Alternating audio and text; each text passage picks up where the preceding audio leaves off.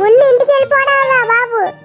మరి టైంకి టికెట్లు కావాలి, అప్పుడు అలా టికెట్ల సంగతి పోలీస్ అంకుల్ చూసుకుంటా అన్నాడు. ముందు మనం ట్రైన్ రాగానే ఎక్కేద్దాం. సరే అయితే ఓకే. సరే పదండి లోపలికి వెళ్దాం. అరే ట్రైన్ వచ్చేసిందిరా, పదండి ఎక్కండి. అరే అది ట్రైన్ కాదురా, ట్రైన్. ఆ ఒక్క మాటతో లేచి రెండు జేబుల్లో చేతులు పెట్టుకుని నడుచుకుంటూ వెళ్ళిపోతున్నాను. నేను ఎక్కడికి వెళ్తానో నాకు తెలియదు. A few moments later. అమ్మయ్య ట్రైన్ ఎక్కేసాం. ఇంటికి వెళ్ళడా ప్రశాంతంగా పడుకోవచ్చురా బాబు. ఏంటి పడుకునేది? ఈ సీట్లు మనవి కాదు. మన ఎవరివి? పోలీస్ అంకుల్ వేరే వాళ్ళ సీట్లు మనకి అడ్జస్ట్ చేశాడంట. వాళ్ళు వస్తే మనం వెళ్ళిపోవాలి.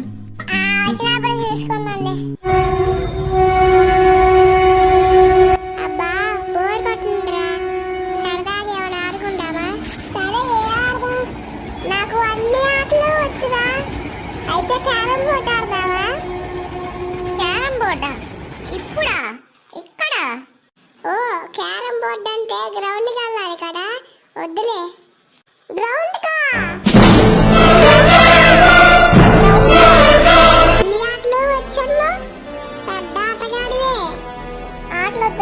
కథలు చెప్తున్నామా?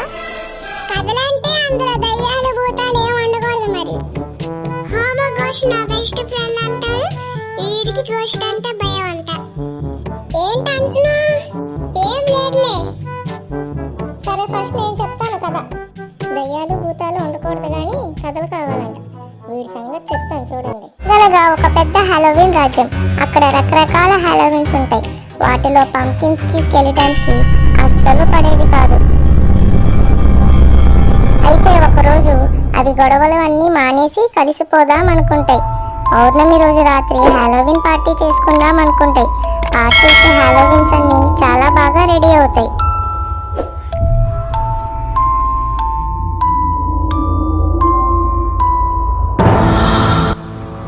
స్కెలిటన్స్ కూడా తమ సమాధుల్లో నుంచి లేచి పార్టీకి బయలుదేరుతాయి.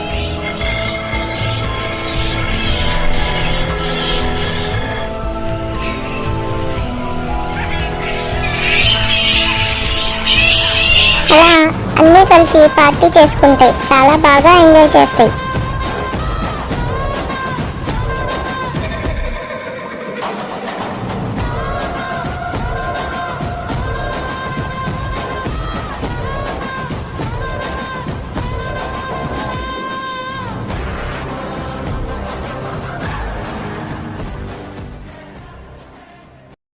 ఊరి చివరి నుంచి ఒక పెద్ద శబ్దం వినిపిస్తుంది. విషయం తెలుసుకోవడానికి పంకిన్స్ అన్ని అటువైపుగా వెళ్తాయి. ఆ ఊరి చివర్లో ఒక పెద్ద స్కెలిటన్ సైన్యం కనిపిస్తుంది. ఆ సైన్యం వెనుక స్కెలిటన్స్ రాజు లేచి ఇలా అంటాడు. మేము మీతో కలిసామంటే ఎలా నమ్మారు? ఈ రోజుతో మీ కథ ముగిస్తా. మోసం చేశాయి. వెంటనే యుద్ధం మొదలు పెట్టండి.